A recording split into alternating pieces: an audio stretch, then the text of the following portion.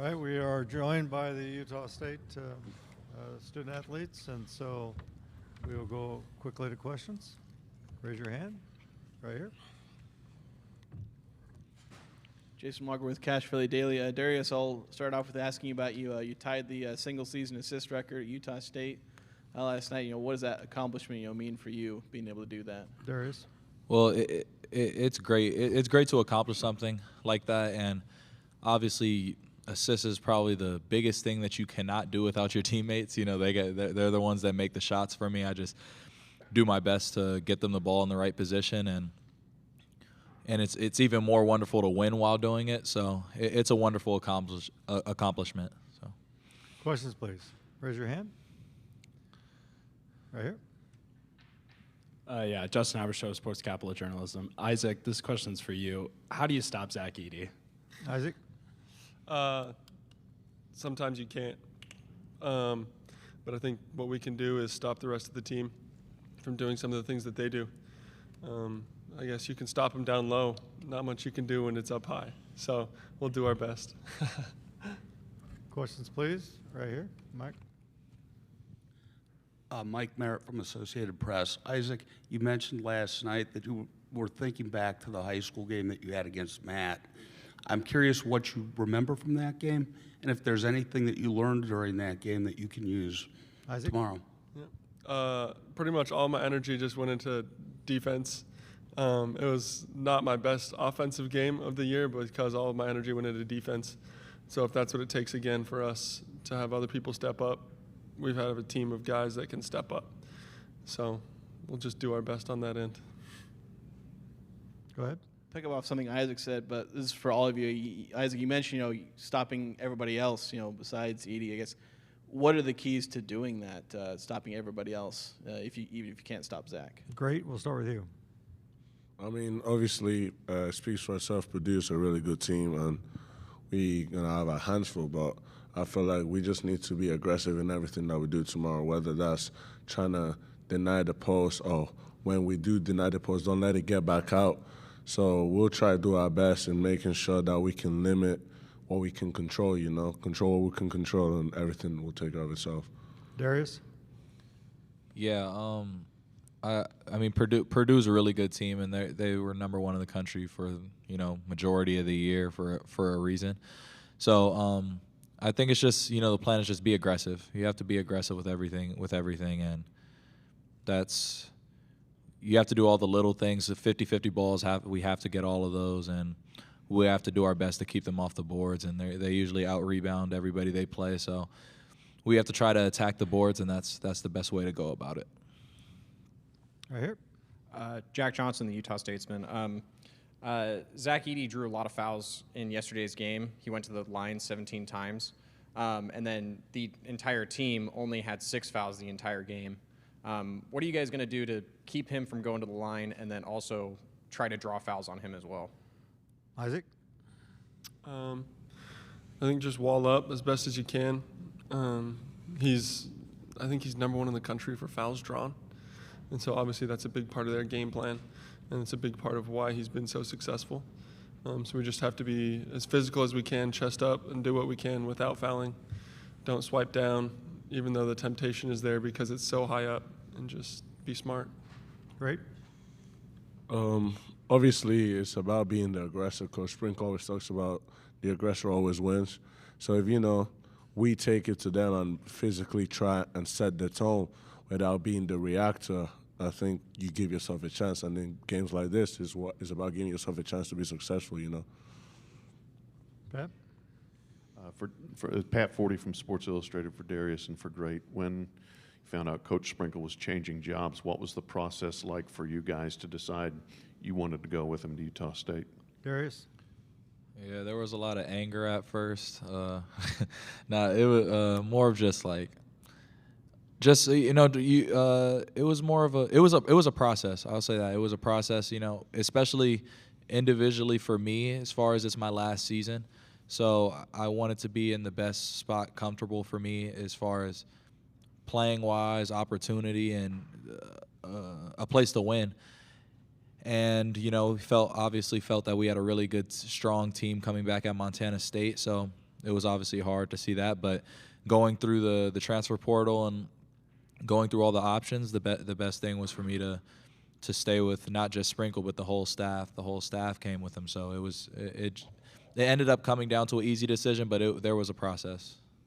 Great. Obviously, as David said, when we found out what it was, we was mad. Me and David was like, no, we're not leaving Montana State, we're staying. But then after the initial anger calmed down, it was really about assessing our best options. And I spoke to my parents, spoke to all the people around me, and it took a lot for me to leave Montana State because it's a great program, great place. But obviously, I had to find the right fit. And after evaluating everything, seeing the love that Logan has for the Utah State Aggies, seeing how the herd, the spectrum, hearing about it and doing my own homework, I was like, I need to play there. It's not many people get to put that Utah State jersey on, and it's been a blessing for me to be here, and I appreciate the love they've shown me so far. Yeah, Isaac, Ben Baby with ESPN. You referenced it last night. You redshirted last year for just kind of, it sounded like for mental health reasons and kind of really kind of get things back together. Can you just talk a little bit more about that process, what that was like, and kind of what you learned, and just talk to us a little bit about that whole experience and what you gained from it? Isaac? Sure. I haven't been shy to share kind of what's been going on when people have asked. And so I think coming home off of my mission, I was a missionary for 2 years in Ohio for the Church of Jesus Christ of Latter-day Saints. And coming back into the world of basketball, let alone college basketball, was a completely different change, especially at the University of Oregon. And I think the transfer for me, I wanted to come back to Utah. It's just a community with a lot of people that I relate more to. And I think through COVID and through a very difficult freshman year for me, I just was down in the dumps a little bit. And so I was struggling with some depression, and I wanted to love basketball again, but I didn't.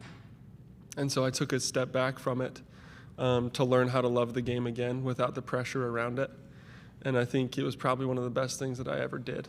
I was able to talk to counselors and get help with mental health, and along with Coach Odom and his staff, figure out how to love basketball again. And then with Coach Sprinkle and this staff and this team, we've been able to see success through it, and I'm very grateful that I did. Questions, please, right here. Sean Harrison with the Herald Journal. With the game being so late last night, have you guys had much time to kind of maybe enjoy, and then you have to hurry and get ready for Purdue, but have you had much time to enjoy doing something that no team at Utah State's done in such a long time? Darius?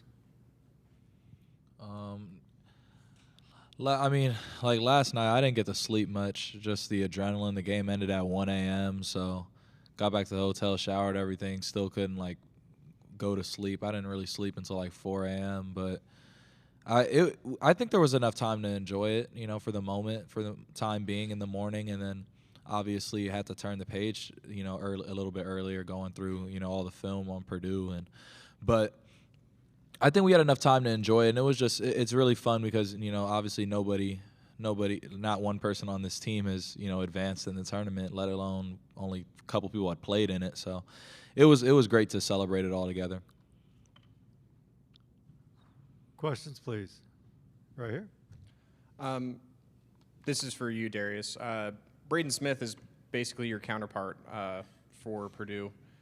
He got 10 assists in yesterday's game. What is yours and Danny's strategy for stopping him from being a facilitator on the offensive side, and then for you on defense for you on offense to also be a facilitator on your end? Darius?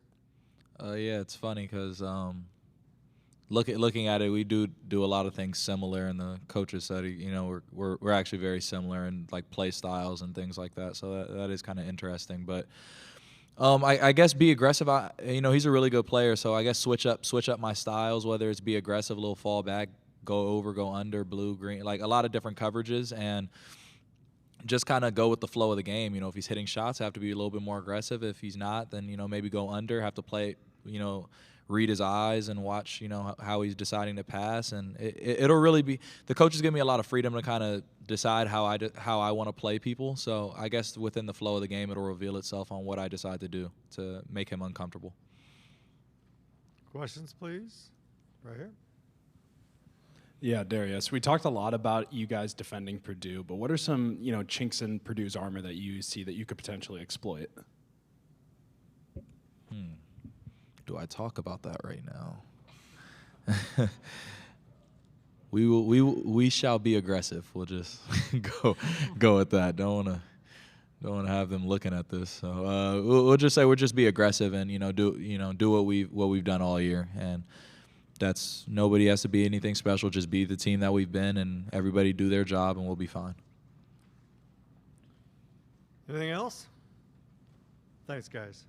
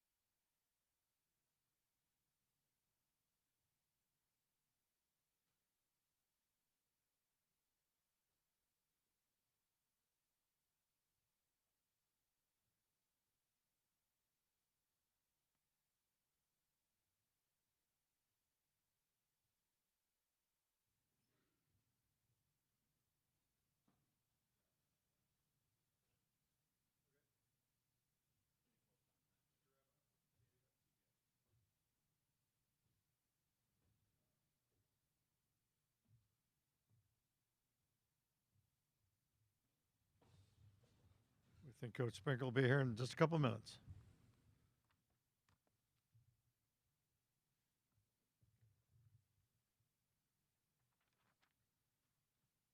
A reminder that Hammond Communications will post a recording of the press conference in the NCAA Digital Media Hub at ncaa.veritone.com.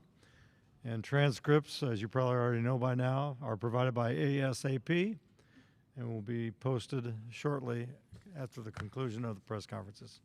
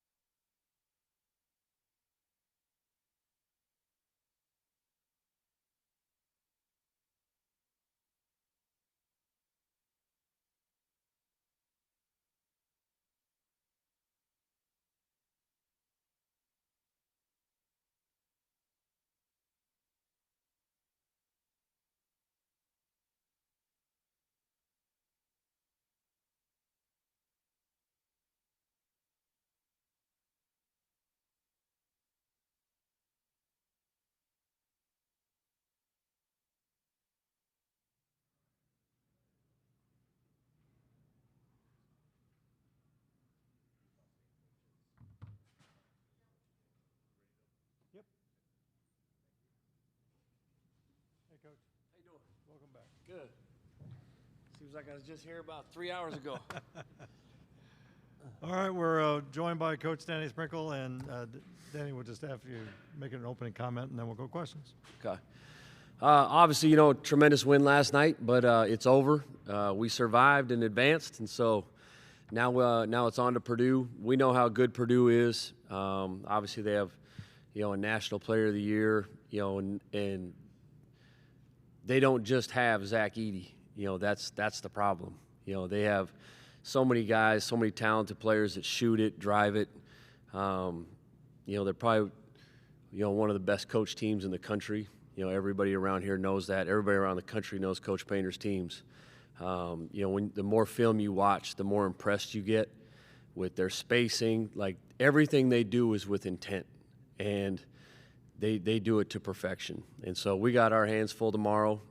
We know we're going to have to play well and shoot the ball well, but our guys have been up for the challenge, pretty much this entire season, and I expect the same tomorrow. Right here. Coach Sam Farnsworth, KSL Sports. You mentioned several things that you've noticed on film already. Is there one thing that really stands out about this Purdue squad that you'd say, okay, this is why they're such a great basketball team? Yeah, the big fella in the middle. Him, but like their pace, like they play with tremendous pace and spacing. Like they're a tremendous offensive team. Nobody's really stopped them, this year. And they've seen everything. They've seen every type of defense. So like we're gonna have to, we're gonna have to hope they miss some shots, and like last night, we have to come up with those rebounds when they do.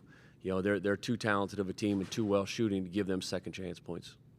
Right here.